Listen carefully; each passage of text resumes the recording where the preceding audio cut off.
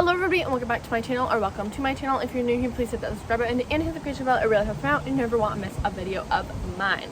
So today's video is going to be a care video. We are also outside because it is really nice out, even though it is literally almost November, so it's almost my birthday. I'm so excited. But I'm trying to get in as much outside videos as I can. Honestly, I haven't been really trying, but it's just really nice out today. Yesterday it was literally freezing out, but I'm literally in shorts right now. You can't tell, but there's my leg. But yeah, so today's video is going to be a video about this awful creation. So we're just basically going to be talking about, I'm gonna try not to keep it there too long because that is going to fall. We're just basically going to be talking about why and how and all the many reasons of why this cage is an awful cage for hamsters. I have done a why Crittertrails are so bad video, but one, that was a really long time ago, so I didn't know exactly what I was talking about. I knew what I was talking about, but I didn't know exactly. And two, at that time, I never really saw the stress of an animal living in a critter trail, because I have never put an animal in a critter trail, or I've never had an animal live in a critter trail, and I've never seen a cage in person that had an animal living in it. But if you guys didn't know, I adopted a hamster from Craigslist. Her name is Eleanor, and she did live in a critter trail. And she was free, and the critter trail was also free. I did not pay anything for it, but they did give me the cage, which I don't know if they expected me to just like keep her in there. Yeah, so I've never actually seen a cage with an animal living in it. Like, I've never seen a critter trail had an animal actually in it. But today's video, I'm going to basically just be going over all of the many reasons of why this cage is awful. Oh my god, the lighting. Why this cage is absolutely awful.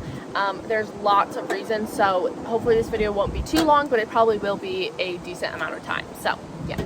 Alright, so you might have noticed that I didn't have the wheel in here, but it did come with a wheel. I just took it out because I've filmed this video like twice now.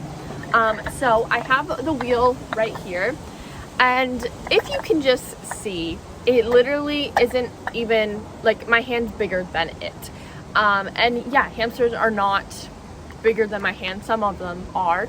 But this is one of the many reasons why critter trails are so bad, because a hamster runs on their wheel. This is like one of their main things that they do at night, especially in a critter trail, because you really can't fit anything absolutely in it. You can't fit toys, you can't fit, those types of things. So they have a wheel to work with. But the wheel that KT or whatever brand made Crittertrails give them is a 5-inch wheel. This wheel is 5 inches. So yeah, Crittertrail gives them a 5-inch wheel. Now, mind you, Eleanor now has an 8.5-inch wheel. So a 5-inch wheel is so bad. Like, that is so tiny. It's not big enough.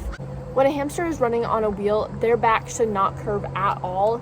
So in this case, a hamster's back would so curve in that.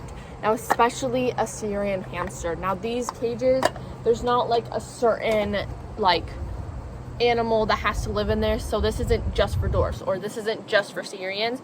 But the wheels that they give them are so bad for a Syrian. A Syrian can't even fit in this, so most likely they won't be running on it, which then causes a lot of boredom and a lot of, not exercising and just stimulating their brain, because hamsters love to run. And so this is one of the main things that they do at night, and you're giving them a wheel that they can't even run on, or will cause arthritis in their back or cause pain in their back, since it is always curved. So wheels absolutely suck. I absolutely hate them. They need to come up with a bigger size wheel, because you could totally fit at least maybe a 7 or an 8-inch wheel in this cage, but they decide to give it a which I have measured this and it is actually 5 inches. So moving on to the next thing is the size of it. So as you can see, my head is almost as big as this cage. Like it's literally that small. So what we have here, so I think I have measured this before, and it's like 132 inches, square inches, and a hamster should be living in a 450 square inch cage. And this is only 130 or 132. I don't know exactly, because you can tell that it does curve, and it also curves in at the bottom, so that takes off a little bit of a hard to like measure this. So I don't know exactly what the size is or whatever, but not enough.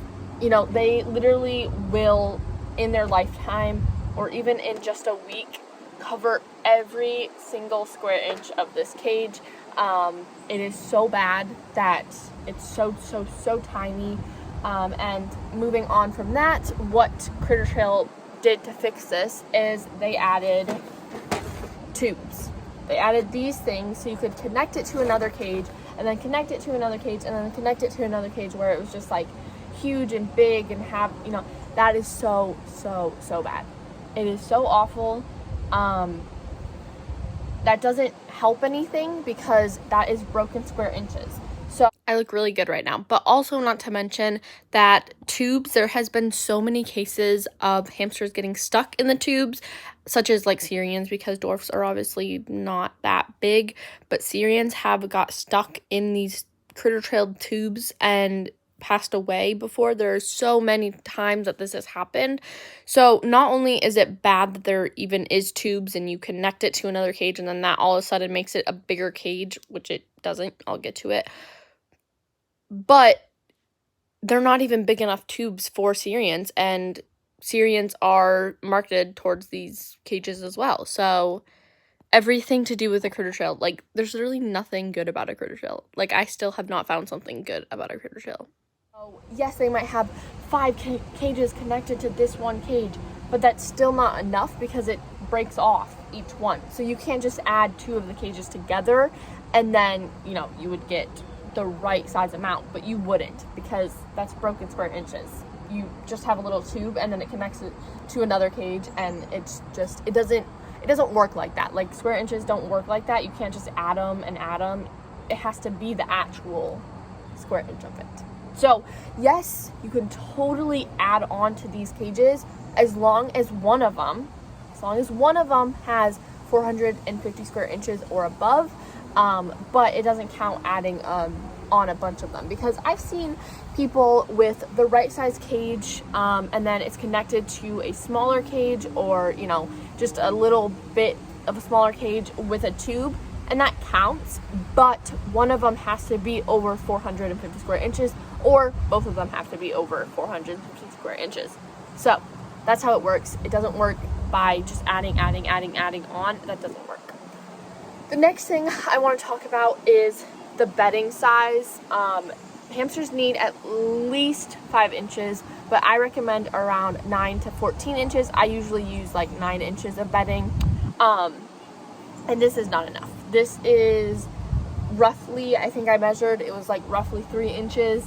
That is not enough for a hamster to bury them, and usually, since there are also wires on this cage, hamster owners will not put it up to the brim where how you can put as much as you can fill up. They won't do that, because there's these, so bedding's gonna obviously pop out of these wires, and so it makes it hard for people to put even a little bit more of bedding than an inch.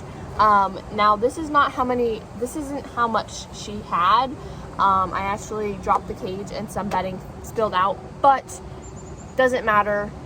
Even if it was filled up to the top, she still wasn't able to burrow, so it doesn't even matter if not all of the bedding that was originally in this isn't in it right now, because she still wouldn't have been able to burrow.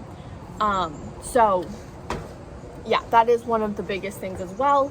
Another reason, which I forgot to add on to the sides of the cage, is when it comes to putting things in the cage. I think I'm actually going to do like a little challenge or just a little fun video with it, and I'm going to try and put in stuff that I do put in my cages into this cage and see how much I can fit in there. Obviously I'm not going to be able to fit. Milo wants to join. Milo wanted to join in. Obviously I'm not going to put as much, or I'm not going to be able to fit as much stuff as I would in her actual cage, which, by the way, just to let you know, if you haven't seen my other videos, she now lives in a 75-gallon tank. She went from a Crittertrail to a 75-gallon tank, so it's awesome. And then my next thing, which I despise wire cages, and that is not only Crittertrails, because a lot of actual cages do have wires. So that's why I personally use tanks, fish tanks, and there's so many cages out there that have wires, and they are suitable for a hamster. They are over 450 square inches of space, but the reason why I absolutely hate wire cages and bar cages is for the fact of this. I'll pop it up on the screen because I'm not gonna like move it, but there is so many chew marks on this cage. It is insane how much there is. Like, it's absolutely, like, you can just see the stress, and especially this one right here. That bar is really, really bad, and it goes all along it. It goes, wow, I didn't even see the back of this one as well. It goes all up and around. And it is so bad for the hamster. Now, that is also a sign of stress. So it's not only that, you know, they're just bored, it's a sign of stress and boredom as well. And it's also really, really bad for their teeth and their nose, because they, one, shouldn't be chewing on metal, and two, since there isn't really a lot of space, I can barely put my pointer finger in there. My pinky can fit in there. That's not a lot of space, and if they're constantly chewing, and this is like constantly chewing, I have checked Eleanor for her nose and stuff. If they're constantly rubbing their nose on this, it can cause a little bump or a little boo-boo, a little cut. It can be really, really bad for them. And also their teeth, it can mess up their teeth. And I haven't ever seen a case of it, but I bet you they could probably get stuck with it. And I just don't understand why people can't tell that that's like a sign of stress. Like, people just think, oh yeah, my hamster always chews on their bars, it's fine, like that's just something that they do for fun. Like, I don't know how people think that that's not wrong, you know. And then another reason is cleaning them, and also just like that, like, you have to really push in. Like, it's so easy to escape from them. They're like really poorly built. Like, I bet a hamster, and like these wires, they can just bend. Like, they just easily can bend. Like, it is such a bad design of everything possible, not only for a hamster, but also for the fact of it's so poorly made to, like, for a hamster to escape. So poorly made, and it's also made out of plastic. So I'm not talking about a gerbil in this case, but in this case with the plastic, gerbils can chew through plastic so easily that they could attach to one of these, because there's a little bit of a rim that pops out. They could attach to that and start chewing it, and they could make their way out of it so easily. So obviously a hamster can't really chew through plastic. They can, but it's going to take them months and months and months. But with a gerbil, they can easily chew through this plastic, and that is so bad. You don't want your hamster or gerbil or animal escaping from a cage, you know. So yeah, there are so many reasons why a Crittertrail is so bad, and I can't express it enough. I absolutely hate Crittertrails. They are my least favorite thing in the whole entire world. I feel so bad for every animal that has ever had to live in one of them. And I am so happy that I got to save Eleanor from this. I get to give her a really, really good life now, and not in a Crittertrail. So I am extremely happy. I wonder if that's chewed on as well. No. yeah, she wasn't chewing on any of the plastic, which is good because then that shows and also monkey barring. Monkey barring is also a sign of stress.